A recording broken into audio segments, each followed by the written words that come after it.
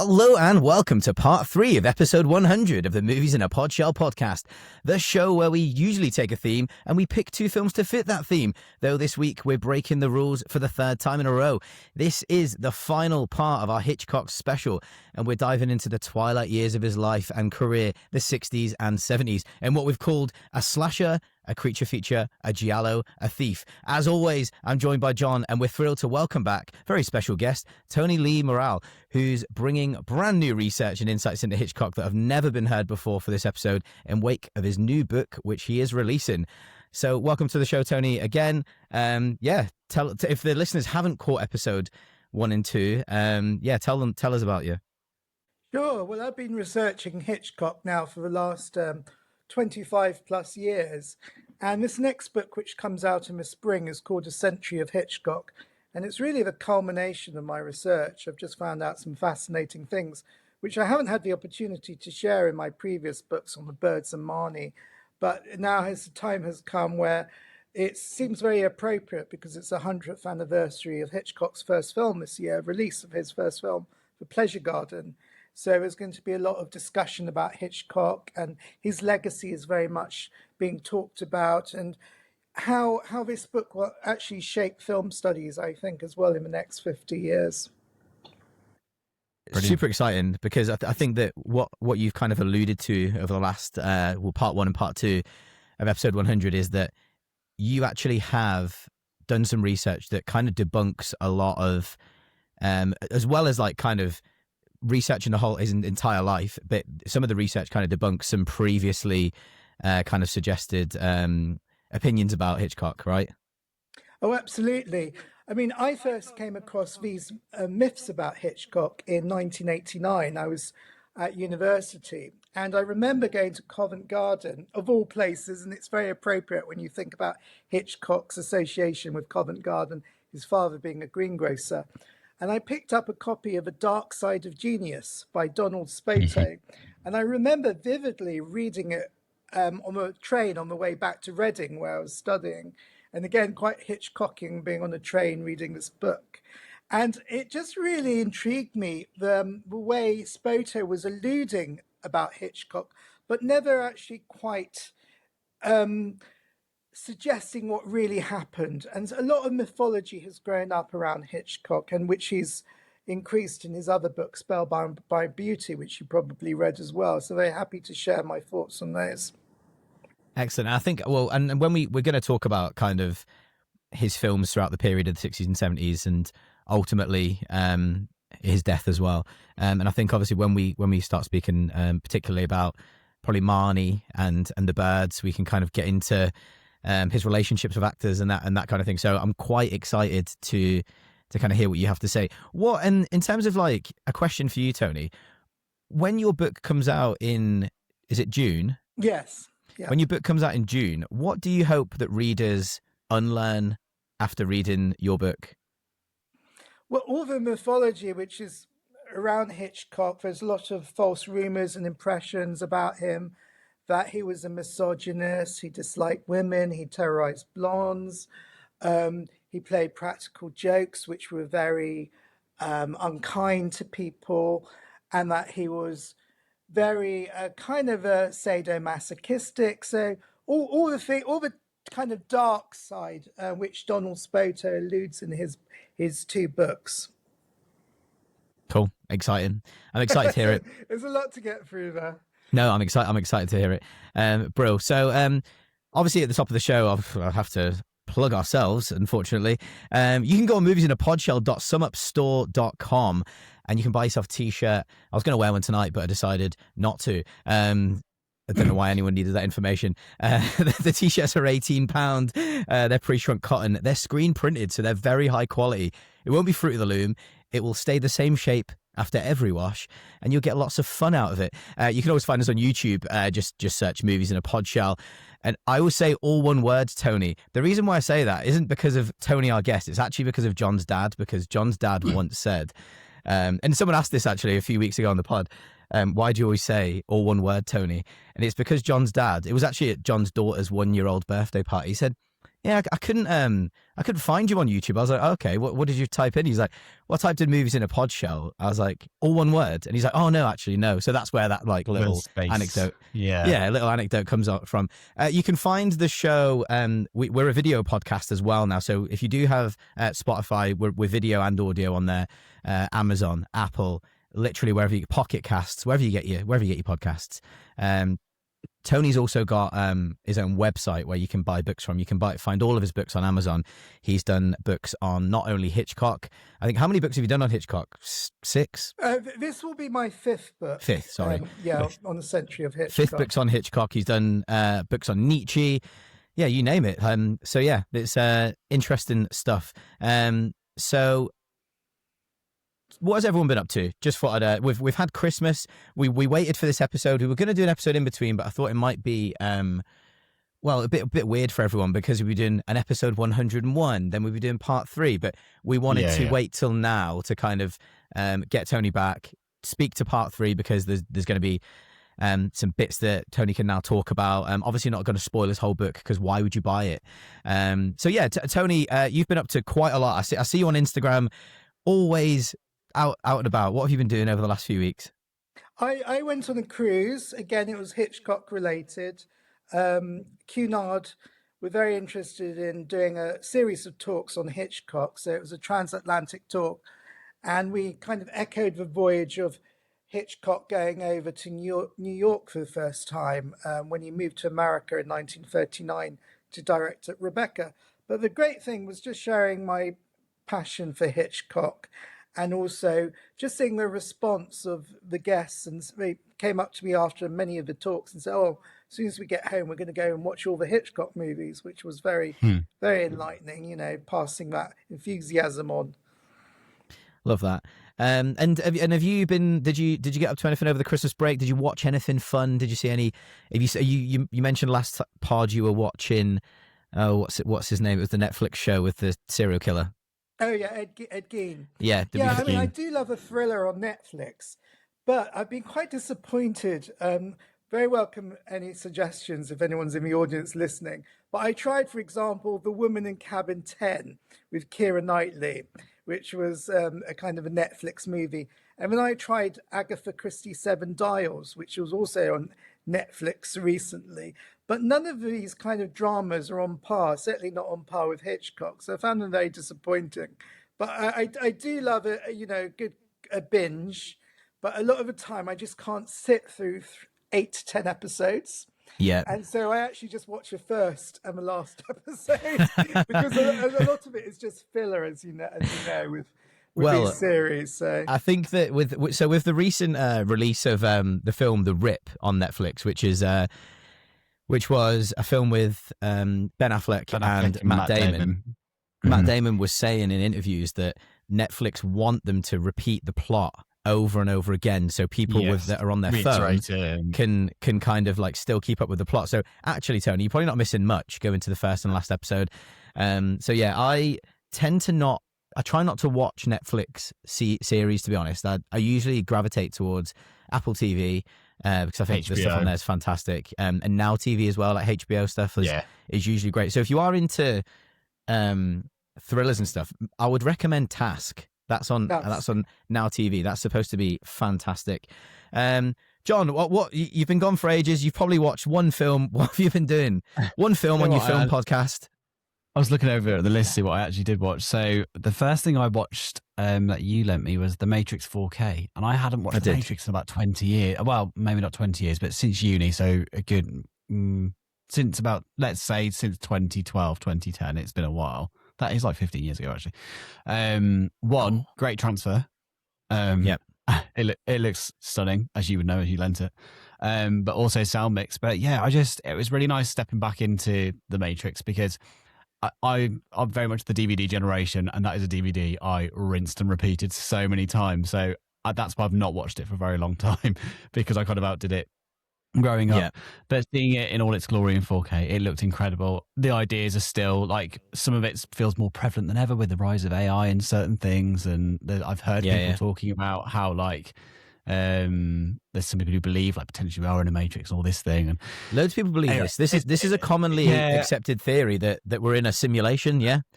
Yeah, There's the rise of like graphics, computer graphics now in the past few years made people question it even more. They're like, so yeah, is it just interesting? But I really enjoyed that. I've watched Spider-Man 1 4K because these are all Christmas presents I've had. Tobey Maguire. Yes, and you know what? It's just Silver. Is it Silver Age of comics he was going for? But just so delightful that it's. Jamie and I talked about this in the pod, so apologies. But with modern Marvel films, especially the last phase, they all just feel so generic and a bit of a grey mush. And then watching something so visually distinctive, shot on film, bright, colourful, looks like a real life panel of comic book come to life, and just how it's kind of, I say campy, it's not campy, but it's just like it knows when to take itself seriously and when not to. Just tone, it just hits the right tone throughout. William Dafoe's brilliant in it, so I've loved that. Jamie also went into the 4K sales, didn't you? You've bought some to watch. So I think you bought the Amazing Spider-Man 1 and 2.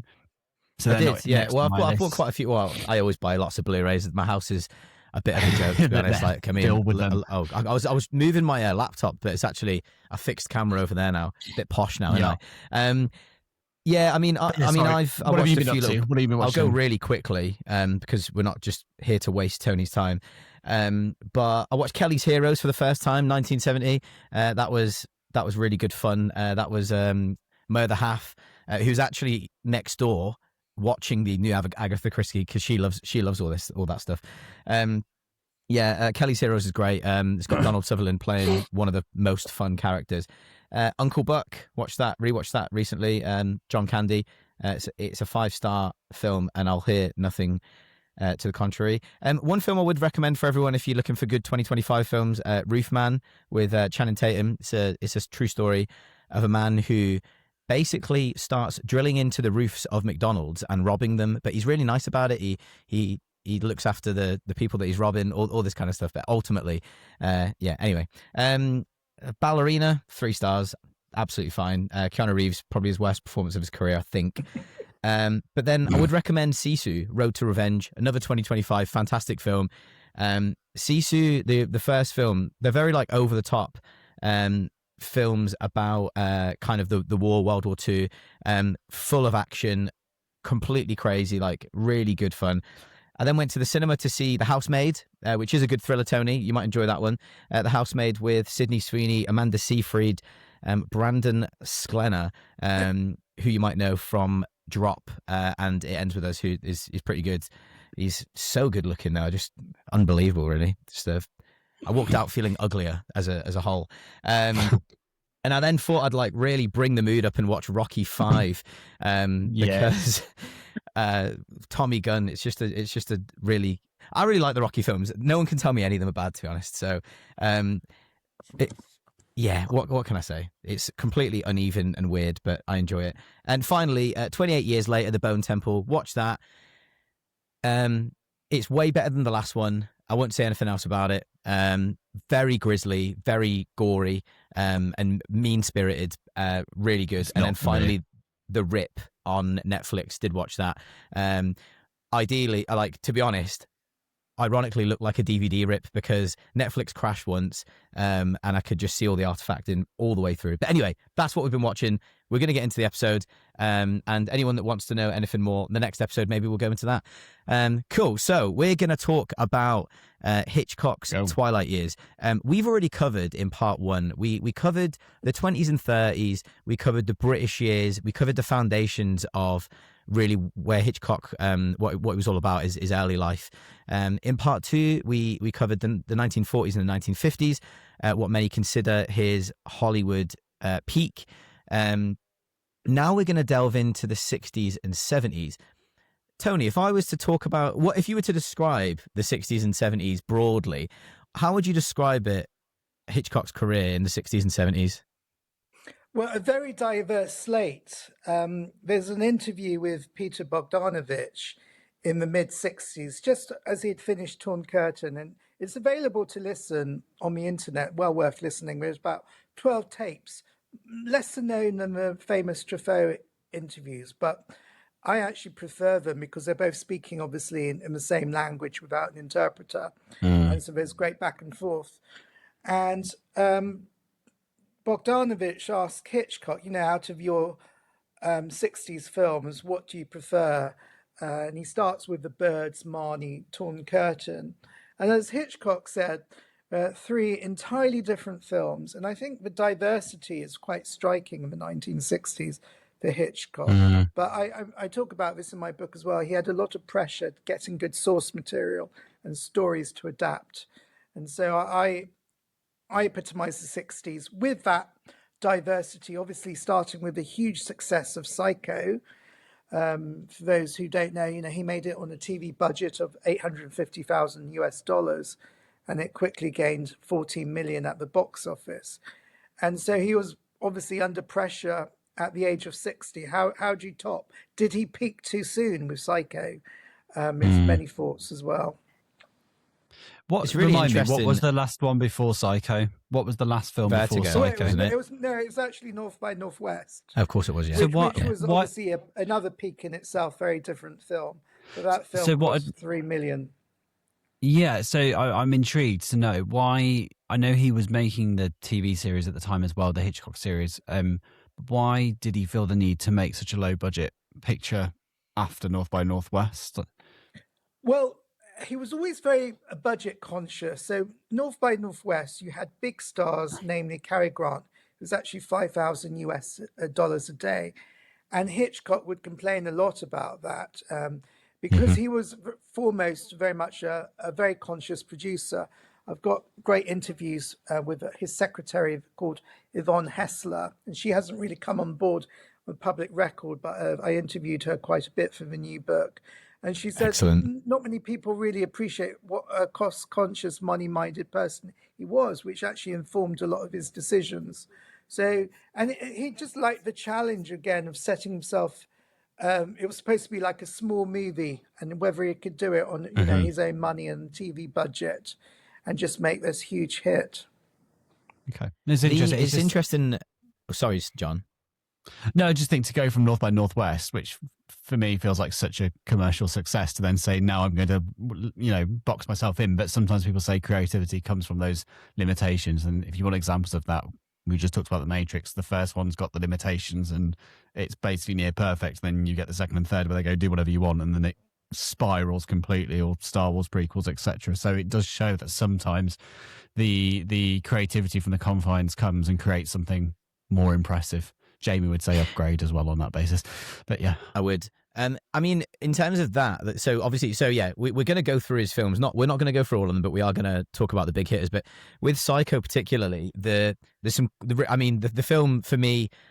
God, do you know what's really funny? When we named our top 4 films last episode, I don't know what I said because I said they could be interchangeable, but I think that Psycho is probably my favourite of his.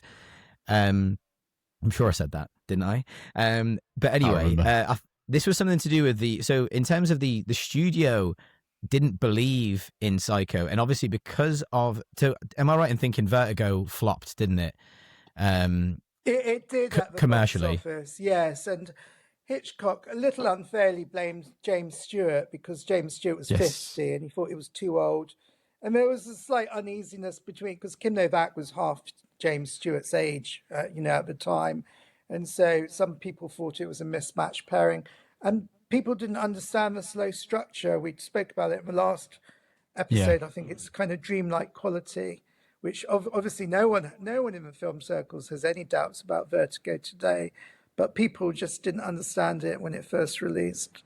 Yeah, I was going to also say that casting issue that he may have had, for me, feels like it works as a midlife crisis film anyway.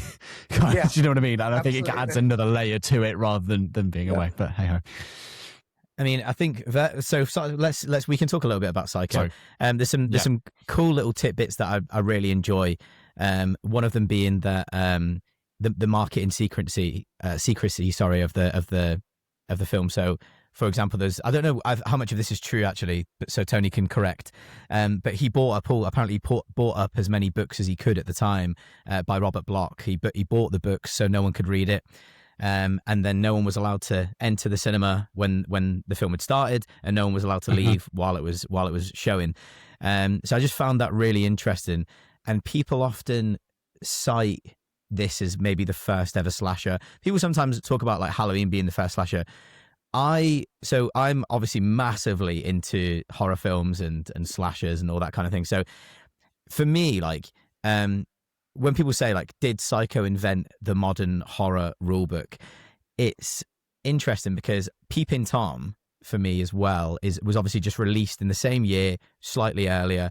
They're obviously being made alongside each other. John, you would enjoy Peeping Tom. It's great.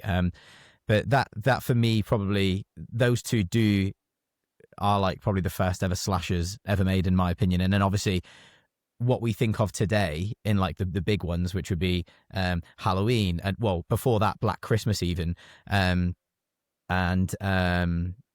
Texas Chainsaw Massacre. They're the kind of the ones around that era that were really huge. But you can kind of see him at that point kind of manipulating Hays Code at that time. So he's like challenging like the inconsistencies of it, and he's like explicit sexuality, like he's implying like premarital sex. He's got the bra, he's got the brutal violence, even to the point of the toilet flushing as well. So you can see him really pushing the boundaries there, which I love. And it does actually bring us on to a really interesting question from a listener who says, this is for all of us: if the Hays Code never existed, would Hitchcock's career be better or worse? I think worse, which is not me saying that. That's what the listener says. So yeah, if Hays Code would never existed, do we think Hitchcock's career would have been better or worse? It's interesting because I was recently reading an interview with Quentin Tarantino, Yeah. who actually isn't a huge fan of Hitchcock. No, he's not. Read his interviews, he's often very disparaging, saying it's very overrated. And he says that Hitchcock was always battling the censors, which was true, and was constrained by the Hays Code. But it makes me wonder, actually, because when he did, we'll go on to talk about those later films like Topaz and Frenzy, when the Hays Code was relaxed. Are those films actually any better? Or was he more inventive when he was, constrained by the Hays Code and he had to work around it? I mean, personally, I love the dialogue in Rear Window and North by Northwest, so it's so suggestive. And he was always trying to push the envelope. And do you need two people in their bra and panties to, elicit excitement in the audience? Or are there more suggestive ways? Seeing Grace Kelly, or doing the reverse with Kim Novak, making her dress up instead of strip down. So he was very clever psychologically like that, I think. I would also add to that, having watched Family Plot, which felt so pushing the innuendos to the nth degree of like, they weren't really innuendos anymore. It was just really blatant and like trying to be so edgy. It just feels like it doesn't sit with the style of Hitchcock I like particularly. So I think we'll probably all agree here 50s to 60s is kind of like that peak level of enjoyment, and that's within that code. So I do like Frenzy. I think it's like the last, for me, like the one I enjoy the most of that, the last one that's up there. Family Plot I didn't enjoy anywhere near as much, but I do think part of that was, I don't know though, Frenzy really pushes that code, doesn't it? I mean, there's a lot going on there that Frenzy's probably is, Frenzy's his most violent film, I think. For me, I'm on the same lines as Tony. Like, when I was thinking of this question, I was thinking that I don't think he's got anything to prove really. Like, and his best stuff was all prior to Hays Code, so he's kind of done it, and so he had the opportunity to exploit it after that. But actually, what we see instead when he's restricted by Hays Code is just more creativity and a more creative way of doing things, and I love that. And so that, I think it's really easy to have things as shock value when there's no red tape, like we see crazy things today, and we've obviously got French Extremity in the mid 90s and stuff like that, and you watch films like Inside or Martyrs where it's like, actually this is way too far and we just don't need to be doing any of this. I don't think having Hays Code affected his career in a negative way whatsoever, and you wouldn't be able to say whether it's because I think he was coming to the end of his career anyway, and for whatever reason these last you'd argue from Torn Curtain onwards, I like Frenzy. I mean, looking at it now, I'm just like, there's only two films I don't really like. So let's talk about the birds. So let's get into the birds first. After Psycho, I mean, a really clever yeah. thing Hitchcock did was the studios didn't believe in him for Psycho. So instead of Hitchcock being paid like a flat rate for Psycho, he said he would take a percentage instead. And the film absolutely he smashed all expectations. So anyway, we've got an expert in the house on site on the birds, which is his creature feature, which I've called from 1963. So the birds obviously is a really interesting film. It is just about birds flocking and terrorizing a seaside town. We star in Tippi Hedren, Rod Taylor. So Tony, have you got any fun things you can tell us about the birds? Well, you wrote a whole book on a storyboard. There's a whole book on them, but yeah. Well, in a nutshell, it was an adaptation of a Daphne du Maurier novel.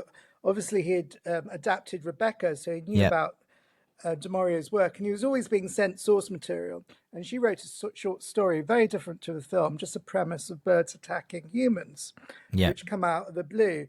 And it was kind of precipitated also because he lived in Scots Valley. He had a weekend home in Scots Valley, which is very near Santa Cruz.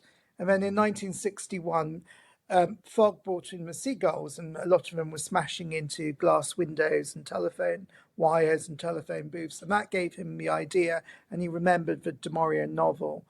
And again, how do you top Psycho? It was just almost an impossible feat, and he thought that the birds would do it.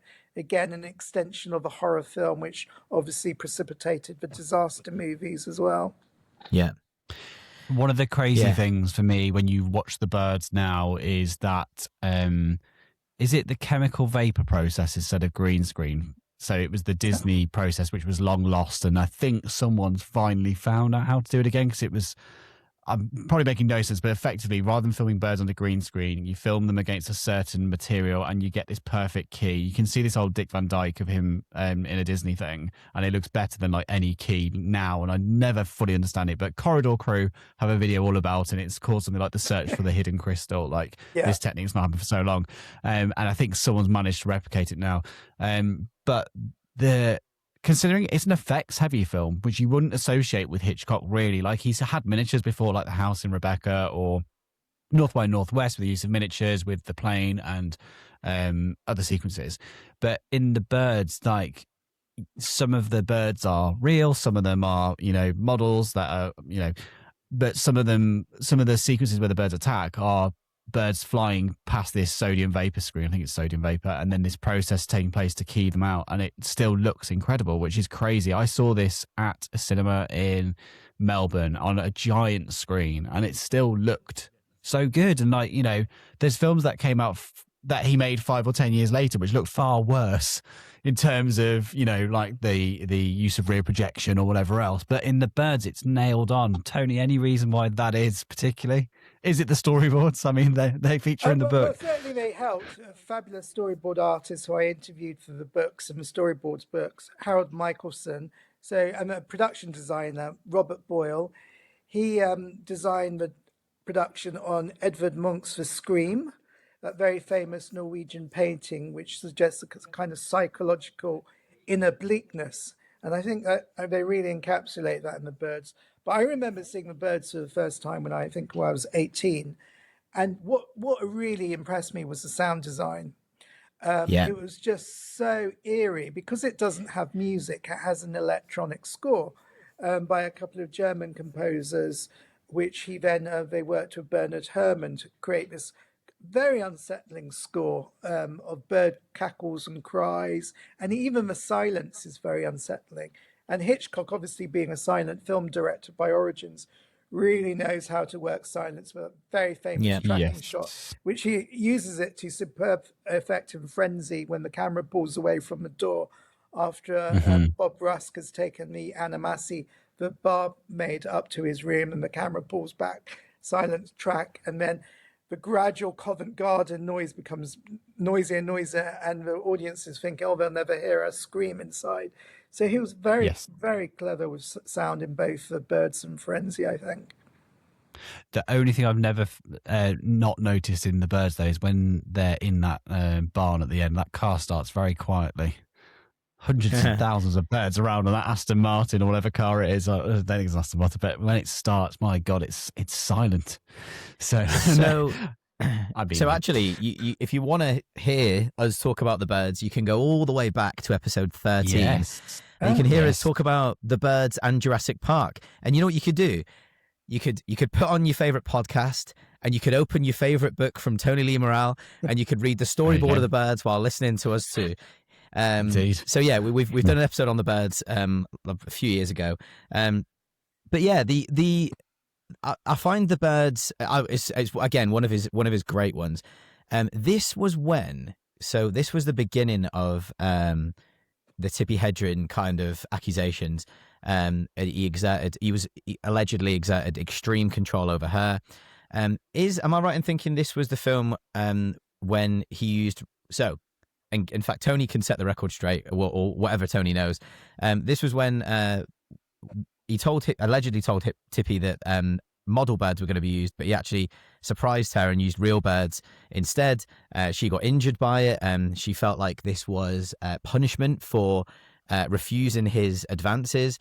That is me, by the way, having read stuff on the internet. You can look at it anywhere on the internet. You can find stuff on the internet. That is what it says. It's not what it says in Tony's book, I've got a feeling. But yeah, can you tell us anything about that, Tony? I certainly can. I've spent the last 25 years looking into it. Well, it's like Chinese whispers. Myths grow up, and the story has evolved. And again, a lot of it comes from Donald Spoto and his dark side of genius. And I have interviewed people firsthand. I've made a really concerted effort to get to the bottom of it. So I drove to meet Jim Brown, who's the assistant director on the Birds and Marnie. He was living in Angels Camp in California. And I've spoken to Virginia Darcy, the hairdresser and the wardrobe mistress, Rita Riggs. But for this Century of Hitchcock book, there's new material from Marco Lopez. He was the stand-in from Rod Taylor, and no one had talked to him before, and he gave me a very different version, which is in the book. And also Evan Hunter's children. Evan Hunter was a screenwriter, and they were on the set that day. Anita Hunter, who was Evan's wife, again, I made the effort. Evan passed away. I interviewed him for the Birds and Marnie, but he passed away in 2006. But I met his wife, Anita, in New York in 2017, and she gave me a very different story as well. So my advice to readers is don't believe everything you read in the papers. Anyone who works in production, because my background's quite interesting, because I'm not an academic. My day job is I'm a television producer, and I know how TV and film works, and I know about the collaborative process and pressures of working on a set, and how grievances can arise, especially if you're working with someone like Hitchcock, who is very much seen as an auteur. And he was described, like the king of a set by people like his wardrobe mistress and wardrobe a hairdresser. They explicitly said he was a king. And if you work on that set and he's paying your wages, you need to work to his rules. But my research, and it's all in the book, and I've obviously hinted about it in the Birds and Marnie books, but I couldn't really go into detail because Donald Spoto, who wrote The Dark Side of Genius, he passed away 3 years ago, but he was very protective of his side, and he was very adamant that Hitchcock had a dark side. But my new book disproves a lot of his accounts. It's interesting, isn't it? Because I guess how do I put this? What sells newspapers and books is exciting things about people, and so it's funny because obviously I've not read Donald Spoto's book, but obviously you have. I did. John. I read it. So I read that, Tony, around the time I read your book on the birds, because it's when I was traveling. I read lots back then. I was in a car going around New Zealand, so I had a lot of time in between. But yes, yes, it's through interviews and through documentaries, it's interesting, isn't it? Because you're right.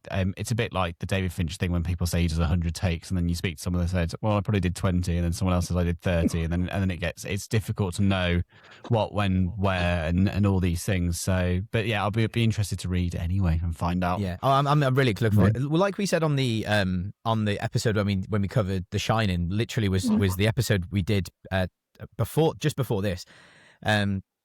There was loads of I think that Kubrick and Hitchcock are not that dissimilar, and Kubrick had this. There was obviously lots of stories around Kubrick and what he was like on set and how he treated Shelley Duvall in The Shining, and then that's again someone's done loads of research to kind of change the opinion really, and it's just interesting because you don't ever want to call anyone that's kind of said something a liar or anything like that, but it's just interesting how the stories get blown up and they're kind of taken out of proportion maybe. I don't know, but yeah, I'm just anyway.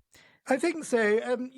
When you were asking, what the message is or what's the big take home, I think the message of my new book is how personal experience becomes public narrative and how memory, biography and history can shape our understanding.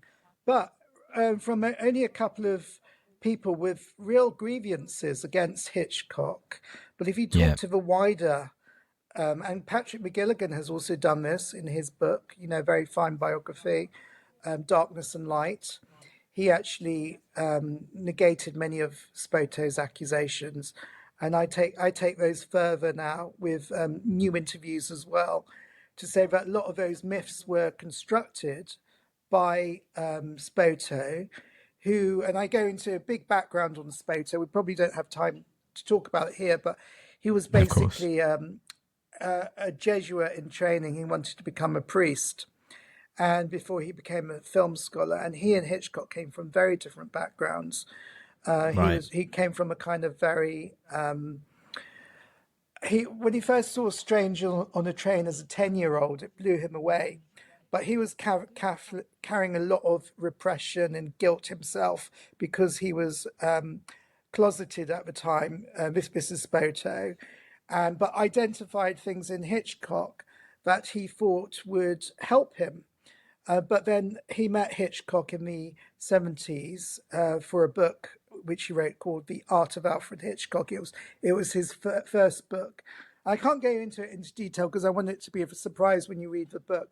But something happened between the two of them, which led to a major disagreement, which I go into. And my research, and I've got a key transcript which I've found, which proves that Hitchcock and Spoto had a falling out, and that basically Spoto had a big axe to grind after that. Excellent, cool. We'll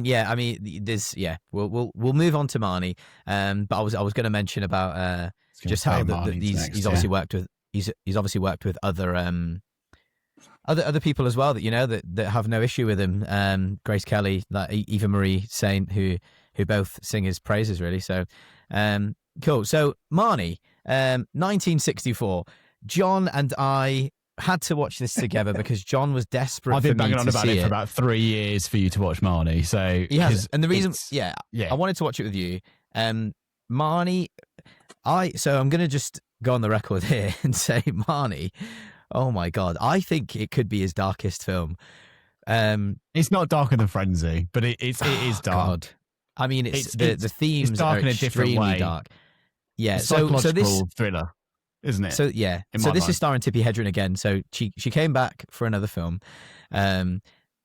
Sean Connery obviously is Mark Rutland, and this was essentially Marnie is a thief, which again is the thief part of the title of the episode. As Tony mentioned right at the beginning, this is such a diverse era for him, and he's really flexing that he can pretty much do anything. So Tippi Hedren, she plays Marnie Edgar. She is a thief. She steals from her employers before disappearing under new identities. And essentially we have, it's not really a spoiler, but we've got, if you don't want to know anything, switch off for 30 seconds. Mark Rutland, her employer, Sean Connery, essentially discovers her, and he blackmails her into marriage, convinced he can cure her of her I don't know, kleptomania. Her whole thing is that she really is struggling. She just wants her mother to love her, like, and it's really sad. Like, it's a melancholic film, and there's some really, really shocking scenes that I was like, oh, they've really done that to the horse, Jesus. Like, so yeah, it's it could be one of my favorite Hitchcock films. I think it probably, for me, ran a little too long, so it's probably a little too long That's in the fair. tooth. Gorgeous though, absolutely gorgeous film. And it's that last Bernard Herrmann score, which is why I put so much stock in it. So that a big thing for me when I think of Hitchcock is Hitchcock, Bernard Herrmann, and VistaVision normally, actually, which is ironic with I've actually quite enjoyed a lot of the black and white films, but I think of that 50s era, and this for me feels like the last one of those. And like, as we'll briefly touch on Torn Curtain afterwards, like, that's where those partnerships were ending. People were disappearing in terms of like those collaborators were going away. And I feel like Hitchcock was then lost trying to find this new style. And for me personally, he never quite found it. He did interesting different things, but that very distinctive style of what as peak Hitchcock, for me, this is the last one of that. And also, I've got a really old special effects book about matte paintings and old school photochemical effects. And they say how frustrated they were that there's one scene where the matte painting looks incredible in Marnie, which is this extension of the boat, and they frame it the right way, it's lit the right way. And then later in the film, the angles change and the car turns right where it can't turn right. And it looks crazy. And to me, it's almost like Hitch had lost interest or something had just gone on. I'm sure Tony will tell us more about it, having read the book. So yeah, if you tell us a bit about Marnie. Well, Marnie, first of all, was a vehicle for Grace Kelly. Very important to establish that. He wanted to make it before The Birds. And again, he was looking for a vehicle. It was based on a Winston Graham novel. And he was very intrigued about the idea of a man wanting to marry a woman who is a thief, a kind of fetishism. And so that was his point of entry for the story. And again, bringing Grace Kelly back would be huge, but she was interested, but ultimately had to decline. So he rewarded Tippi Hedren with the role. With the backdrop, again, I go a lot of detail in the storyboards and the Marnie book. But Robert Boyle, I've spoken to, he said that Hitchcock changed his mind during filming, wanted the backdrop wet. There was a lot of rain, which didn't particularly look good on the matte painting. Again, as you mentioned, he changed the angle he wanted a low angle, and it just distorted the perspective of a ship. It was done for a different angle. But you have to remember, not many people make this connection. They were used to making big sets with matte paintings. If you think of Mount Rushmore and North by Northwest, that's a matte painting, that's a matte backdrop. But no one has ever complained about Mount Rushmore, even though we know it's because Hitchcock wasn't allowed to film on Mount Rushmore. He was denied by the United States Parks. But Marnie, I think because the change of angle, the water, and just the whole claustrophobia of the film. I remember watching it with a friend afterwards, and she found it very claustrophobic. And again, a lot of it is because of the studio filming, the scenes that you mentioned about the mother. A lot of people with parental issues find those very disturbing to watch, or they find them very enlightening. I read one critic said whenever Marnie goes to see her mother in Baltimore, he feels very close to cinema, because Hitchcock really puts the camera up close for his big close-ups. And Louise Latham is superb in it. I think everyone agrees as a mother. I interviewed her in person.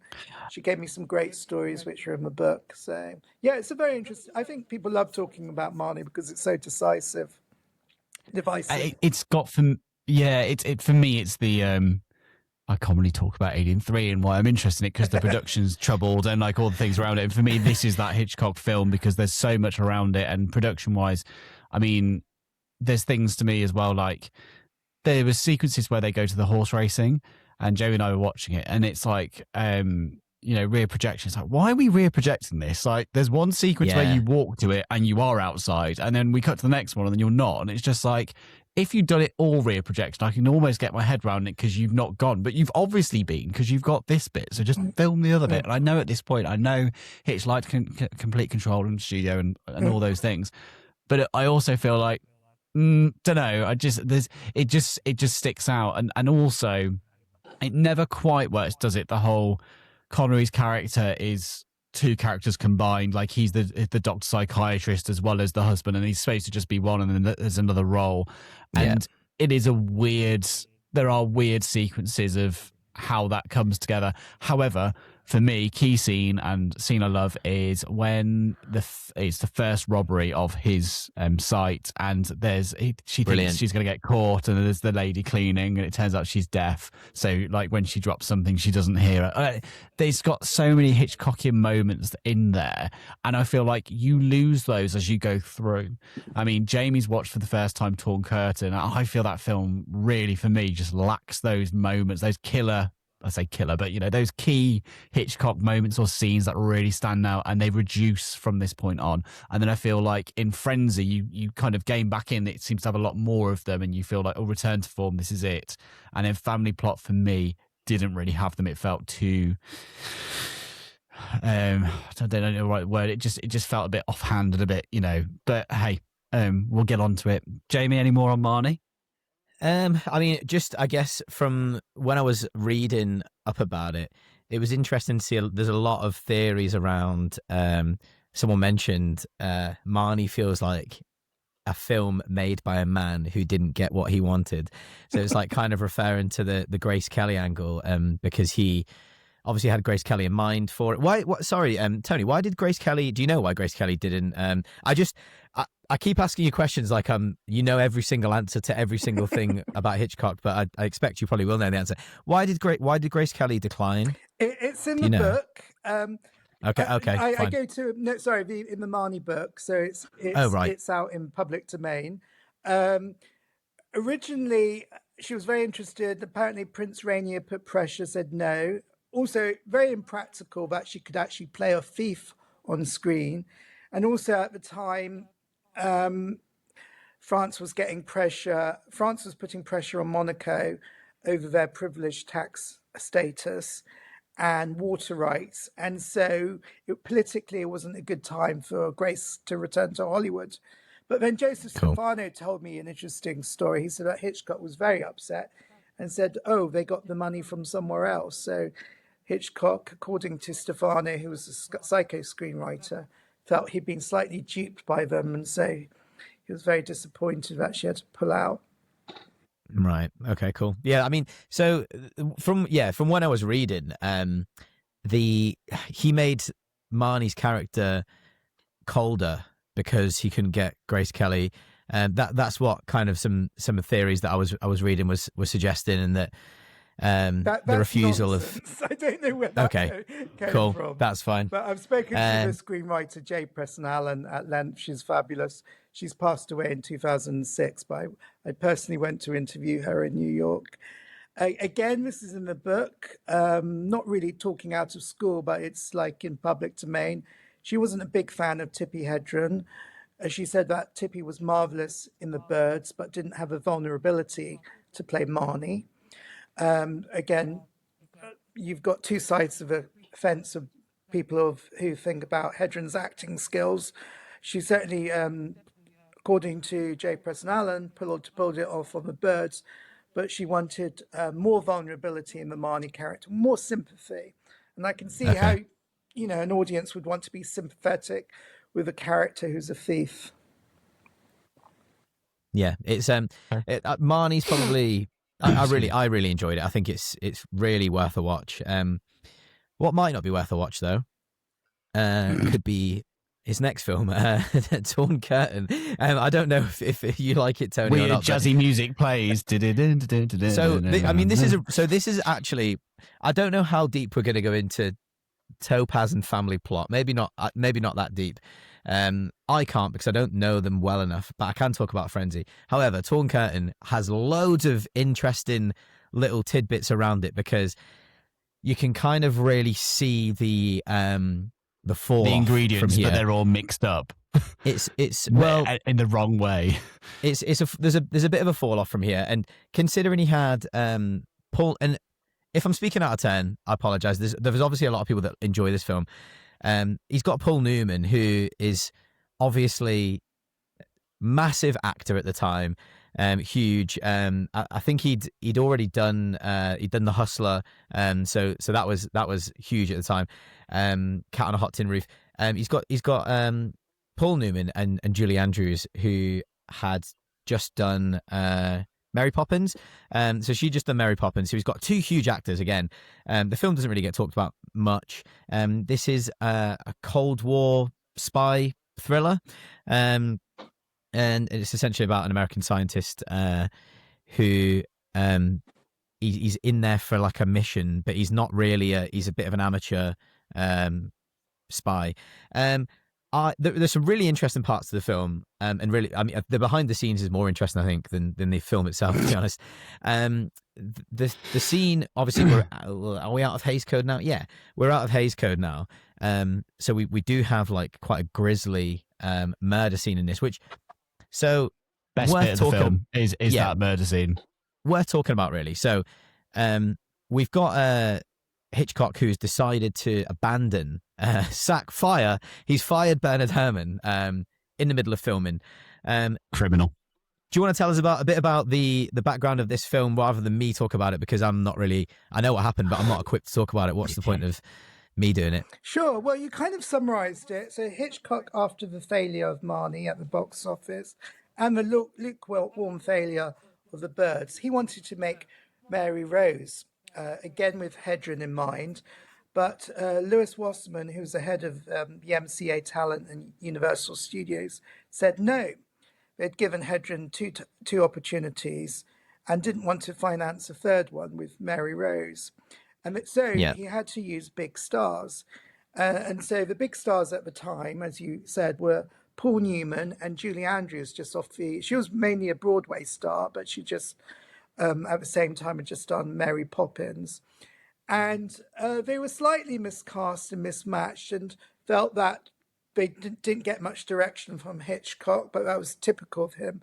But I think a lot of the problem was with the script, and I go into it with a new book. I interview a man called Michael Ludman, who was a Universal Story talent editor, and he hired Brian Moore, who was a famous screenwriter, to write Torn Curtain, who wrote it in 10 weeks.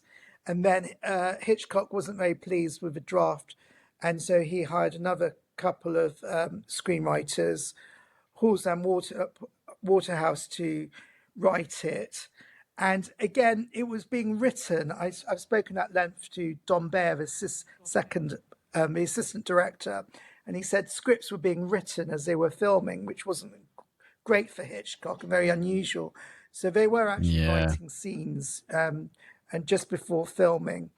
But I think there are various issues. Again, he'd lost the services of Herrmann because they wanted a pop tune in tune with the mid-60s, because it was a time of Hard Day's Night with both Beatles and also Summer Holiday with Cliff Richard. And so they wanted something which is, anathema for Hitchcock. Why would you want a pop tune in a thriller?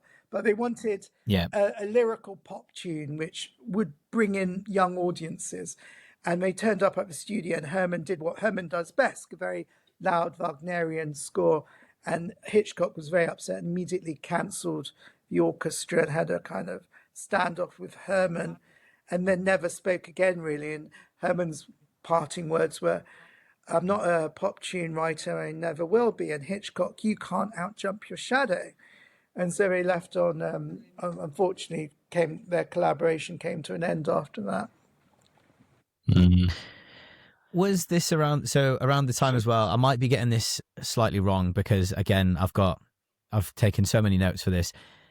And I believe that his editor and cinematographer had passed away. His long collaborators passed away around this time as well. So he'd really lost like 3 of his absolute rocks around this time.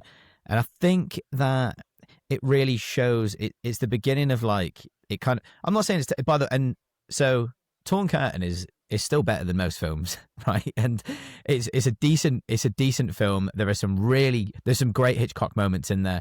We've got my particular favorite, and probably everyone's, is the murder scene, because we'd be doing two things here, I think, and I've often praised films for not using a score in really violent scenes. So like one scene that comes to mind all the time is Dark Knight Rises, when Batman confronted by Bane and they fight and there's no score whatsoever. You've usually got this big like score and there's no score. Batman's getting beaten and you know that something's wrong. And with this, the scene in the kitchen, where they're using lots of like kitchen utensils, which again, staple Hitchcock, I found that scene to be excellent without a score. And I often do praise films without that. On the Blu-ray that I have, it shows all of the scenes with Bernard Herrmann's score in there as well. And actually, Bernard Herrmann's score was great. Way better than the actual. So good. Yeah, way better than the actual score that was used. So it's interesting how that has happened. Yeah, and we were talking about it off camera, John, just about how the score was the Bernard Herrmann score was absolutely great. It was dark. It's easily available as well. La La Land's record released the unused score. You can either listen to it on the Blu-ray, but yeah, if not, there is a CD of it, which I plan to get. So as I say, Torn Curtain. You've got Paul Newman, you've got Julie Andrews. It's worth a watch still, but it's not one of his best. But what is one of his best, and it is on my personal list of his much to everyone's dismay, is Frenzy. So Frenzy from 1972. Frenzy from 1972 this is his first. He comes back to Britain. This is his first film back in Britain. Tony, do you know why he came back to Britain? He'd kind of lost control in America, I assume, and really we've. Oh, sorry. Did I miss Topaz? Yeah, that's how bad it is. Just missed Topaz. Sorry, Topaz between. God, I've missed Topaz. That's how bad it is. We can briefly talk about Topaz. It's never been on anyone's favourite. I think it's slightly underrated, but it was a vehicle forced on Hitchcock. It was a hugely popular source novel by Leon Uris about the Cuban Missile Crisis. And so because it was such a bestseller, Universal persuaded Hitchcock to adapt it. But it didn't quite work. It had a very big international cast. Frederick Stafford, the lead, wasn't really a Hitchcock leading man. And there was just kind of an absence of a central character because it's set in America, Cuba and France, and so the only linking character between all those three is Frederick Stafford, who couldn't really pull it off. Yeah, as I said, I don't know a great deal about Topaz. So yeah, it's Tony's filled in the gaps. But as I keep banging on about, his second to last film, Frenzy, which was his return to the UK.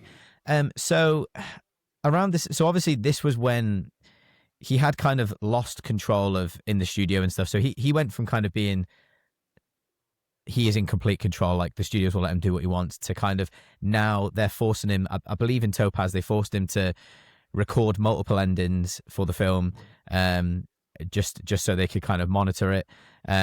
It was widely criticized at the time. So I think that he did go back to the UK. Was there a reason why he went back to the UK, Tony? Well, partly because it was based on a source novel, Goodbye Piccadilly, Farewell Leicester Square. And so that was one of the main reasons. And Anthony Shaffer, who wrote Clue and, very famous screenwriter, he would go on to write some of the Hercule Poirots later. He adapted it. Also, Universal Studios had set up in the 60s in London. They did Countess from Hong Kong. Truffaut filmed Fahrenheit, filmed there. And so part of the reason, I think, was mainly the setting. Hitchcock obviously was very familiar with London and Covent Garden, where the novel is set, with a serial killer. And so that was a big attraction for him. So it was I think it was really the story and the setting which brought him back rather than any sentimental reasons. Because at this time, he was, 72 years old with a pacemaker. And so he could have quietly sat in Universal Studios, but obviously decided to come to London to make Frenzy. And I'm very glad he did. Yeah, and me too. I think so. Again, we've covered this on the pod. I don't know exactly what episode. Might have been around Halloween time. Early doors. Yeah, one of my absolute favorite Hitchcocks. This is it's based in London, and like London, there's a sex killer going around called the Necktie Murderer. And following the brutal slaying of his ex-wife, Richard Blaney is suspected by the police for being the killer, and he goes on the run, determined to prove his innocence. So we've got a wrong man situation. He's gone back to Surely that. not. And I know, yeah, and you know what? This is why I call this a giallo. So for me, I'm really a big fan of, like I mentioned earlier, slashers, and obviously you've got in Italy we've got what you call the giallo movie, which is essentially very similar to Frenzy. Like you've got the black gloves and you've got the killer on the loose, and he's usually killing women, and it's quite sexual normally. I'd really just ask anyone to go and seek out some like Dario Argento films. So something like Suspiria is really good. Deep Red, fantastic. And then obviously Lucio Fulci as well. You could look at something like The New York Ripper, which is, I'd say The New York Ripper is like very similar to like Frenzy, even though I think it was after Frenzy. You've got this Donald Duck character on the phone. It's ringing people, but yeah, he's actually done a proper giallo film, and I love that. Again, just flexing his just quite how versatile he is. Loads of voyeurism in this one. Again, lots of violence. So this is kind of, I would say this is obviously his most violent film. And this is him with the stabilizers off. There's no Hays Code, and this is probably him, what he would have done, at the top of his game, really, something along the lines of this. The body being washed up on the Thames at the start is like quite shocking. You can tell you're into a different kind of era of Hitchcock. Because I remember the first time we watched it together, Jamie, that's the first thing you said, which was you were just shocked that like the first scene is that essentially. It's not what really you gritty. From Hitchcock. Yeah, and you've got Anna Massey as well, who like it's amazing because she was also in Peeping Tom, which is what I spoke about earlier, like the first slasher. So yeah, just I love Frenzy, and I bang on about it all the time. So yeah, was there anything else you wanted to mention on Frenzy, Well, it's very Tony? interesting, the Italian links. When I saw the title of the episode, it got me thinking. You would have loved the film that he never made, Kaleidoscope Frenzy. Have you heard about that one? Yeah, I've heard about it. I don't know much about it, but yeah, please tell everyone. Well, between Torn Curtain and Topaz, he wanted to make a thriller set in New York about a serial killer again, and Right. he never got the go-ahead because he was very fascinated by Italian film directors, and he would very much watch foreign films and keep up. And he was looking at Dario Argento or Michelangelo Antonioni and Blow Up in particular in 1966, and he thought that their techniques were light ways ahead of his in some ways, and so he really wanted to make that slasher youth-oriented thriller, taking it further from Psycho with an all-young cast. And so he shot mood boards in 1967. You can see some of those online or in the Academy Library. A very good friend of mine who's a German producer is actually making a documentary just on Kaleidoscope Frenzy. That'll probably be out next year, so it'll be very fascinating to see. But yes, your link to the Italian cinema and Frenzy, I think, is spot on, because he really wanted to do that earlier in his career. And that's by the way, that's completely my own observation. I've never read that anywhere that he was really into that. So I'm pretty pleased that like I've got a clue. So yeah, so Frenzy, what I consider is his last great film. John thinks it's Marnie. In fact, what do you think it is, Tony? His last great film? Well, most academics think it is Marnie. Some think it's a bird. Some think it's Psyche. There are parts of Frenzy I do like. It's not something I'd rewatch, but I think it's better than Family Plot. Family Plot is my least favorite of all the Hitchcocks. And again, so glad you said that. I go into the reasons why. I've interviewed a lot of execs at Universal in the 70s. Basically, Hitch was obviously declining in health. and it just wasn't a great note to go on out on. He actually wanted to go out on A Short Night, which was another unmade film. I do a chapter on that in A Century of Hitchcock, which was again set in Scandinavia. He wanted to bring Sean Connery back for a Cold War spy thriller with Liv Ullmann, and go out in a Hitchcockian high. But I guess we got to be grateful. Yeah. We got what we got with Frenzy.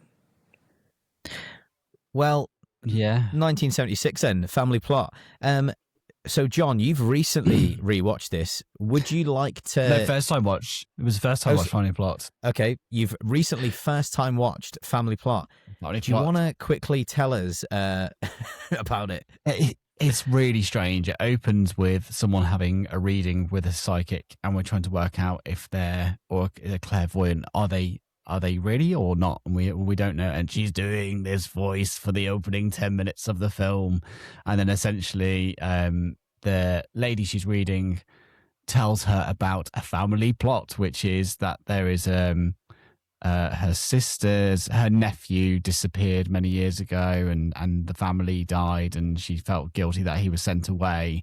And she says, if you can find where he is, then we'll give you, I think it's $1 million or something.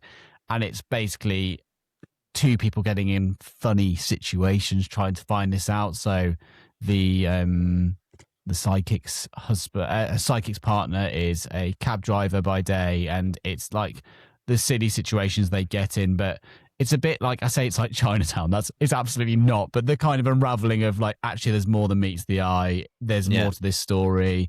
In terms of cast, like, it is an interesting cast, isn't it? I mean, it's a great cast. I was just looking at it. Like Bruce Dern. He never fails to have someone that's, well, I say there's a couple of like examples, but he's always got like a massive cast. That you've got Karen Black in there as well, who's obviously I think she's most well known for The House of a Thousand Corpses, but and Nashville. But he's Bruce Dern's an enormously huge actor, and has been in everything. The son, who we eventually find out is played by William Devane, who he's in. I recognise him from 24. He's in multiple series, but like he's a very famous face. But I for me, and this sounds really ridiculous, when I watch Hitchcock films in the 70s, just the style of the 70s just annoys me. It feels like from the 30s, 40s, 50s, 60s, it kind of consistently, people kind of look pretty similar in Hitchcock land. Everyone's dressed in quite, a certain way. And then suddenly when you hit the 70s, you're going, what is going on here? And I really feel it. I don't feel it in Marnie. I'd say it's after that point. I'd say Frenzy also, and after Frenzy, obviously Family Plot. But Family Plot for me felt like a bit like, is it The Trouble with Harry? That kind of weird, offbeat comedy where it's not as whimsical as that one, but it's got that similarly odd tone to it. I prefer Trouble with Harry because it's an autumnal film and it's gorgeous and all the rest of it, and it's got a lot more going for it. Family Plot for me as well, there's just certain sequences where they've used the new blue screen technique rather than rear projection, and it just doesn't look quite right. Mainly in the car sequence, it just feels like, it almost feels like a 40s script. Do you know what I mean by that, Tony? Like the ending's all a bit wink wink, and it just feels like a weird mix match. There is still some Hitchcockian scenes of suspense. You will always have them later in the film, but they feel like they've come from a different. It's like another film's been tacked on at the end, and then just intrigued to hear your thoughts on it. Yeah, I mean, the premise, he always said he was very interested in the double chase, and you've got two sets of characters, the fake psychic and the boyfriend, and the people after the jewels. And he was very intrigued about two stories and how they intersect. And there's that great overhead shot. It's in the storyboard book in the cemetery, when you've got the a Bruce Dern character chasing the lady in the cemetery. And so he was very interested in that. But I think because of his failing age at the end, they actually had to build a crane contraption. I was talking to a Universal exec, just so he could move, because he had a very bad arthritis. And despite the fact that it was filmed somewhat on location in San Francisco as well, the kidnapping of the bishop at Grace Cathedral. Yes. But yeah, it's a shame. Many people I've spoke to say it's not a good movie, unfortunately, and it's a real shame that Hitchcock's career ended with Family Plot. But not many I do. people talk about Family Plot really. Luckily, we've got the No, fifties to look back, and that's a golden era. I would What's say as your well that sorry, just the bishop sequence, some of the imagery that goes with that is brilliant, and this is what you get. These weird flashes are there of there's the Hitchcockian intent, but it just doesn't come together for me. I found it quite a slog to watch, to be honest. And of all the Hitchcock films I've watched, even when I've watched The Wrong Man Scenario play out 5, 10, 15 times, I've not been bored, and this was the first time I thought, God, I'm really struggling with this. So yeah. It's so Sorry, David. around this time, obviously around this era now, there is a lot of suggestion that Hitchcock, who was once a kind of groundbreaking director in terms of his ideas and his techniques and stuff, is now being left behind. Because in the 70s, and I wrote them in the notes in our questions, you have got like Martin Scorsese coming out with Taxi Driver and Mean Streets. You've got Francis Ford Coppola. You've got Spielberg coming out with Duel and Jaws. And if you watch Duel, like Spielberg's first film, like that's unbelievable. Like in the techniques that he's using back then. You've got William Friedkin with The Exorcist. You've got Robert Altman, who kind of was, you would say, the opposite of Hitchcock, where Robert Altman was. And it's interesting actually because Altman did a film with Shelley Duvall straight after Kubrick's The Shining, and the difference in the way they both they both function is that Altman is just chaos, like it's a lot of improvisation, like letting the actors kind of have a lot of control themselves, and then you've obviously got people like John Carpenter who kind of refines the slasher. So what's your opinion on that, Tony? That like Hitchcock around the 70s, and obviously you can kind of you can probably attribute it to his health as well, like because if you're ill and your health isn't great, you're not going to be doing your best work, and you're probably not going to have the same fire in your belly of like finding these new techniques, I guess, to his defense. Yeah, absolutely. And Alma was ill as well. It was a great cause of consternation for him, especially during the shooting of Frenzy. She was ill at the time, his beloved wife and partner. But when you mention all those directors, in my Century of Hitchcock book, I actually end the book with a chapter on Hitchcock's legacy and all those directors you mentioned. And not one of them is not inspired by Hitchcock, especially the movie brats of the 70s. Obviously, Brian De Palma, but Martin Scorsese, hugely influenced by Hitchcock, especially The Wrong Man when he made Taxi Driver and Raging Bull and Cape Fear. Of course, yeah. And also, Spielberg tried to get onto the set of Torn Curtain and was famously thrown out when he was a 19-year-old. And everyone saw Spielberg as a successor to Hitchcock at the time in the 70s because of the huge success of Jaws. But I think, it's just a shame The Short Night didn't happen. But Hitchcock, really, did he have anything to prove? He famously said to Norman Lloyd, the producer, but I will never make this film. So I interviewed Norman for the book, and he said, "Oh, why Hitchcock?" And he said, "Because it's not necessary." And that's a good point, because he had nothing to prove, really. He didn't really need to top himself.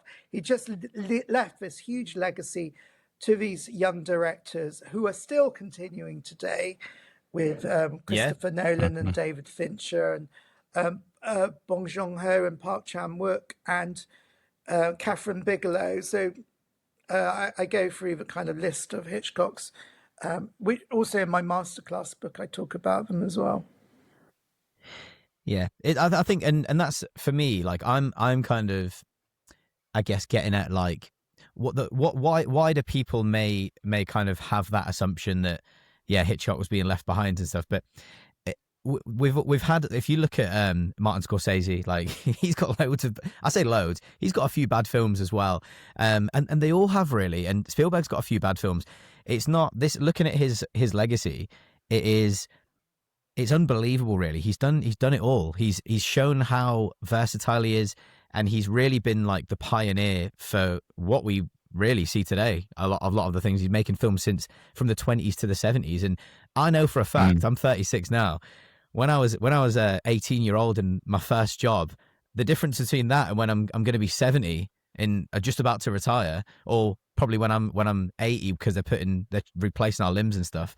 I don't think I'm probably going to have the same drive, you know. So the fact that you can make Frenzy at the age of how old was he? 72 Yeah, he was when he made 72. Frenzy. We started filming in 71. By the time it was released, he was 72. Yeah, and did he have any money worries at that age? No, absolutely Exactly. not. I mean, I wouldn't be doing anything like that. The Wasserman agreement, he could make any film he wanted if the budget was 3 million, and so Amazing. Not many directors had that power.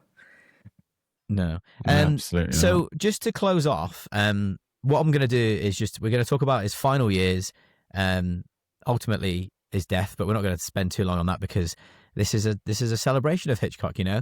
And then we kind of have a few questions to kind of sign off and all that. So in 1979, so famously Hitchcock was snubbed by the Academy, so he never Always won an the Oscar. bridesmaid, never the bride. Yeah, never won an Oscar for Best Director. But in 1979, he was awarded the AFI Life Achievement Award. He was knighted in early 1980, which I didn't know about. And then sadly died on the 29th of April, 1980, aged 80 years old. Which, considering his health, I think leading up to it, is not that bad. Considering his health and I guess the time. Sean Connery made a great point in the interviews. He said, "Not bad for someone who never did any exercise, loved his food, and had his fair whack of booze, especially red wine." I think the longevity of red wine kept him going. Actually, drinking red wine. Brilliant. Well, we've got one here tonight. So. With that being said, his funeral was a little bit peculiar. Tony? Yes, I interviewed people. I interviewed Norman Lloyd. It was at the Catholic Church in Beverly Hills, and Laura Truffaut came with her father, Francois. I interviewed Laura at length of the book, which gave very interesting insights. And Lewis Wasserman made a speech. It was a little subdued. Some actors couldn't make it, but others did. Tippi Hedren was there. She sat next to Hilton Green, the production designer from Psycho to Marnie. It kind of was overshadowed in the UK because it was the same time as the Iranian embassy siege. That five-day siege where the SAS famously rescue all the hostages. So Hitchcock's death was kind of pushed to the back pages in the UK, which is a shame because, he was a son of Britain. So it was just unfortunate timing for that. But when you say it was a bit peculiar, I'm interested what you've heard or read or... So for me, he didn't really have a public memorial. He was cremated quietly, and he wanted... essentially, it's almost like he wanted it to be anti-dramatic, just that he didn't really want a big fuss, did he? Well, he always said his image of happiness was a clear horizon, and I talked about it on the cruise lectures because when you're out at sea, he loved going on transatlantic voyages on the Queen Mary. All you have is a clear horizon, nothing to worry about, just calm infinity, so you could think about ideas. So I believe his ashes were scattered in the Pacific. Yeah. Bro. So just a couple of little questions then before we, I guess wrap up the three-parter, So we've got a question. So we've got some questions for Tony, but we'll end with Tony, but we'll start with a question for everyone. I mean, somehow we've got a question reference in the MCU, which is pretty funny because all our listeners know how much we hate the MCU. People say, what MCU flick should Scorsese make? But what would have been, God. but what would have been cool for Hitch? So I think what someone's saying is, obviously because of Scorsese's comments about the MCU and that it's like a theme park ride and it's not cinema, which has obviously got a lot of flack for over the years. But you know, Scorsese can say what he wants, much like Alfred Hitchcock, because he's a master. So if Hitchcock was to make an MCU film, what character do you think he would choose? Well, I know where I went. well, it's very but- intriguing. I'm not a big MCU fan, but I'm just thinking he would probably gone for a wrong man motif. So could it have been the Hulk? I always remember someone who's Yeah, wrongfully that's interesting. accused. I think he Yeah. would want some psychological layering, or a villain. What would you choose? That didn't even actually cross my mind, but the Hulk. Well, I Do you know read a what? lot of Hulk- like Yeah. the Hulk's actually a great shout because he is often accused of being the wrong man, and there's a lot of like Bruce Banner's always being chased by the police. That did not even come into my head, so that's an actually brilliant analogy. Also, For Spider-Man, me, though, to be fair, Spider-Man's always in Spider-Man- trouble, and you know, yeah, I mean, I can't I imagine was doing Hitchcock and Spider-Man. It feels wrong. no, I originally felt like he would have been quite good at Daredevil, because he's The he's Catholic kind of Guild. well, the Catholic guilt, the blind hero, and I guess he's got all of this courtroom like persona to him. I just think that would have been quite like the gritty, like, really gritty New York. I would have quite liked that. But obviously we've got like all sorts of threads, like Civil War thread, which would have been quite good. I don't think it would have been very action heavy. But that's, I mean, No. I love the Hulk. That's actually, that's a good great. shout. Considering you don't really watch much MCU. So I've got a few questions for Tony just around the book actually. So do we have a specific release date for the book, Tony? Yes, I believe it's the 9th of June. But I'll be doing 9th of June. publicity and I'm sure hopefully more podcasts. So very happy that you're Brill. the first. Oh, we're thrilled as well, actually. So yeah, thanks, and we'll Thank you. if we hear of anyone that's doing anything around the subject, we'll pass on you. So obviously you've spent years researching Hitchcock, 25 years, I think you said, and this new book challenges some widely accepted accusations. What made you originally feel like they needed to be re-examined or like re-looked at? You've interviewed, by the way, I've run out of like the amount of names you've mentioned that you've interviewed. Like the research is insane. So yeah, what made you want to go and re-examine that? As I mentioned, when I first read The Dark Side of Genius in 1989, it just didn't sit with me. It just seemed incomplete. And there was just a lot of things which didn't make sense. And so when I began researching my Marnie book, which was actually in 1998, 27 years ago, I would be talking on the phone to people like J. Preston Allen and Louis Latham, and also people like, I obviously went to meet Tippi Hedren and Diane Baker. But a lot of things didn't make sense, and they weren't corroborating what Spoto was saying in the books, especially J. Preston Allen. And so I moved to California in 2000 to work for TV, and so I actually made the effort to physically go and meet people, which is a lot better than talking to them on the phone because they open up to you more.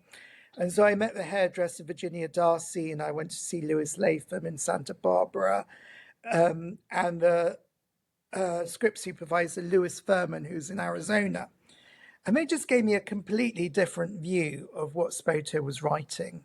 And as I said, you just can't trust one narrator. And even though Hedren's been endorsing what he's written, a lot of it's accumulated. But the deciding factor, as I mentioned, I found a key transcript of their interview from 1980, which contradicts a lot of later testimony. So Spoto saying one thing in 1980, something completely different by 2013. Have you seen the movie The Girl with Sienna Miller? No. Oh, okay. Well, No. Let me, that was the deciding factor for me. After The Girl was released, Okay. it just Let me moved add it to things my to, list. as Norman Lloyd says, to Variety. A lot of it is basically bullshit, and Yeah. No, Jay Preston Ellis and Alan told me that. But some key events, bro. and again, I'll just hint: Hitchcock loved dogs. He was a big dog lover, and something happened between a dog, which is a key witness in the story. Which you wait for the book. It's quite a story. It's very Hitchcockian. You Brilliant. couldn't make it up. You have to write it as a thriller. And yes, the dog who knew too much, and so the dog is a key witness in the book about the real Alfred Hitchcock and Yeah. what went on. Yeah. Well, so what would you say when you started like kind of researching and digging? And obviously, by the way, like you don't need to divulge as much as you want. This is going to be a surprise for when the book comes out. I'm sure Yes. it's Well, I'd love yeah. to come back after the book and comes out. We can just talk about it in depth. I'll gladly say. I'll gladly Brilliant. send Yeah, you a yeah. copy, Well, let's and then you can dig into it. And I'm sure you'll have more do, questions. the do you know what the least we can do is buy a copy from you after you've come on 3 of our podcasts. Absolutely, so we'll be buying a copy. Don't worry. But if we can buy one early, that would be good, so we can read it ahead of time, and then kind of that would be great. But no, that's the least we can do is that. And so when you were doing all this research, what would you say surprised you the most? Like when you started like doing like lots of digging and interviewing people, what would you say was the biggest surprise to you? I think because of my background in TV, as I said, I know what it's like to work in production. And if you ask somebody, just like you mentioned with Shelley Duvall and the director of The Shining, Kubrick, Yeah. you need to ask a lot of people. You can't just rely on one source or narrative. You can't just rely on one biographer or one actress. You've just got to get the big picture. And so what surprised me was how quickly that becomes part of a myth, and how one biographer can change someone's reputation just because he had a bad experience with Hitchcock. And so, again, this whole exercise just shows how personal experience can become public narrative, and that's quite damaging, I think, for film theory. And if students are being brought up on film text and they just believe one source, and so really go and interview someone and ask them their side of a story, you probably get a different answer. Yeah, that's really interesting because it kind of does feed into what we've been experiencing over the last few years with like cancel culture. I guess like there seems to be like nowadays particularly there is people don't seem to want to do the research anymore. Like I have to be online. If I could choose not to be online and not have Instagram, trust me, I wouldn't have it, because we talk all the time that a lot of the things on the internet really annoy me, and a lot of things I see on Instagram annoy me, and we really model this show on being honest and authentic and actually doing research and getting people on, and this is not what we just read, blah blah blah blah blah. So when I see kind of like cancel culture come out and it's like, oh, so and so has done this, and then they're immediately like, so I think a good example was probably, and by the way, this is not me, if anyone is listening, this is not me defending anyone, it's just an example. James Gunn, for example, was cancelled and fired over some tweets that he made, like, again, it's very old in my memory, but there was something like 15 years ago. I have no idea what tweets I put out 15 years ago, but the difference in what was socially acceptable 15, 20, 30, 40 years ago is completely different now. And also I've got no idea, we're different people, we're all different. And so the fact that you can be cancelled on just, I guess, one thing without, or one thing someone says without actual credible evidence now, and people just believe it, is a shame. And it's it's interesting that you've actually gone and interviewed, by the sounds of it, I don't know, like 20 different people over the course of a long period of time. So I think I'm excited for this book, genuinely excited. I think this is going to be a big hit by the sounds of it, and it's going to be completely brand new evidence and interviews and actual genuine research that no one's heard before. So it sounds like it's gonna flip the script on something we thought we believed. I hope so. Yeah. Based on one book. The reviews are up on the website Kentucky Press, and I sent it out to 10 reviewers for blurbs, and they said they're very excited about the new information. So it's worth reading those blurbs. But yeah, I think it will flip the script and hopefully restore some of Hitchcock's legacy. Yeah, I think. I mean, yeah, for sure. Well, look, this is. I guess. Sadly, we're gonna have to say goodbye, unless anything from you, John, before you leave.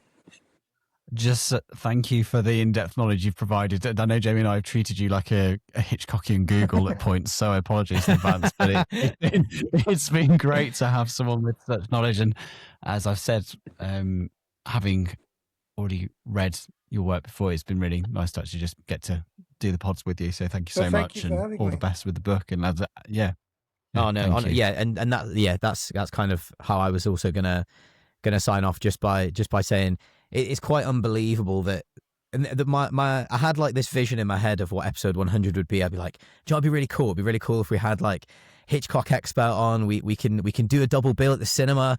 I had all these grand plans, and I didn't know whether I could pull any of it off. But the fact that you have given your time to us for 3 episodes is unbelievable, and thank you so much. It's been an absolute pleasure, and you've added so much value to the episodes, to the podcast, you know, and we hope that loads of people listen to it, so that you can sell some books, you know, and also actually you can get a bit of a knowledge on Hitchcock, things you didn't know before. So yeah, it's been fantastic, and sorry for missing you last night. So I don't know if I mentioned at the beginning of the episode. So me and John at the beginning of the last night, we were like, yeah, right, getting ready for the pod. I've been preparing like all day, and we were sitting there, and Tony's really good on emails. Like we'll email him, he emails back like dead quick. And I've emailed the show notes over because the podcast is yesterday, we think. And so me and John are sitting there, and Tony sends an email saying, yep, thanks, like really looking forward to it. And so that was me being like, oh yeah, cool, like he's looking forward to it, as in a bit. So me and John are sitting there and like, no, Tony's always early actually. Tony's always early, and it's like it's now 7:40. So I just dropped him an email. I said, Tony, is it definitely tonight? And Tony's like, no, I can jump on if you want, but no, it's not tonight. It's we said the 21st, and me and John were like, oh my god, like, so yeah, we were both got it so wrong. Yeah, it's never happened. So it's never happened before. So there we go. But Tony, is there anything from you before you leave? Anything further you want to promote? Any last little bits you're going to be doing over the next few months? Well, we're doing a lot of Hitchcock publicity. It's about 5 months now to publication. So I've been contacting, the New York Times and some of the big trades, and looking to get reviews and just get the word out there. So anything you can do would be appreciated. Yeah. With shorts on the social media. So we'll be all over the shorts. Yeah. Yeah, no, we'll be all over the shorts. We'll be promoting it. We'll be and while over these next few months, as well, when it's getting closer to your release, like I'll make sure we've got some shorts in the bag, with some links to link for wherever people can buy it. And we, by the way, John and I, we'd probably love to buy one if we were allowed to buy one before they go on sale, and then so we can read it, so we can make sure it's read, and then get you back on once it's out, and we can have a little one last little I don't know what you would call it. It's very what would you call it, John? Priced. Amazon are already promoting it for £27 for a hardback. So Kentucky Press do a good job of keeping their costs down. So that's very good. Excellent. Yeah, I mean it's it's going to be, hopefully it'll be in a lot of people's stockings because once it's had a few months on the shelves. Yeah, it's super exciting. Oh God, something went funny with my. Anyway, Tony, whereabouts could they find you if people would love to find you? Amazon Central, Tony Lee Morale, or TonyLeeMoraleBooks.com. Bro, and do you mind people following you on Instagram? You've got an Instagram as well, doing Hitchcock stuff a lot of the time. Twitter, I don't know. I've got a Tony Lee Morale fans on Facebook, and also Facebook is probably better for my Hitchcock social promotions. Tony Lee Morale fans. Excellent. And yeah, I mean, as always, you can find us. You can find us on YouTube, all one word, Tony, not that Tony. You can find us. You can buy our t-shirts. We've got t-shirts on our website at moviesinapodshell.sumupstore.com. Rachel takes 20% of every sale, which we don't mind. We love to give back. You can find us on Spotify. We've got a video podcast. You can find us on Amazon. You can find us on Apple. Basically, wherever you get your podcast. If there's somewhere that you can't find us, you let me know and I'll make sure we're there. But anyway, this has been part 3 of episode 100. We've really milked that, haven't I? I've milked it big time. John, you're going to say something, weren't you? Oh, I just think you only get 100 episodes once. You might as well have 3 parts. yeah, exactly. So yeah, we'll be back in a couple of weeks' time. We're probably going to be doing something like High School Musical, seeing as it's 20th anniversary of High School Musical, so we might do that, John. Oh, wow. I reckon we could do a fun little watch along with that. So yeah, High School Musical and Masters of the Universe for films that we used to think were good but are probably rubbish. That's what our next episode is going to be. Tony, thank you so much again for all of your time. It's been genuinely wonderful, and we'll hope to have you back on probably around June, July time. And me as a ginger person could be a little bit tanned, you know, maybe. John, you gonna say goodbye? Bye, everyone. Tony, do you want to say goodbye? Everyone, and keep watching Hitchcock's films. There we go. See you later. Bye.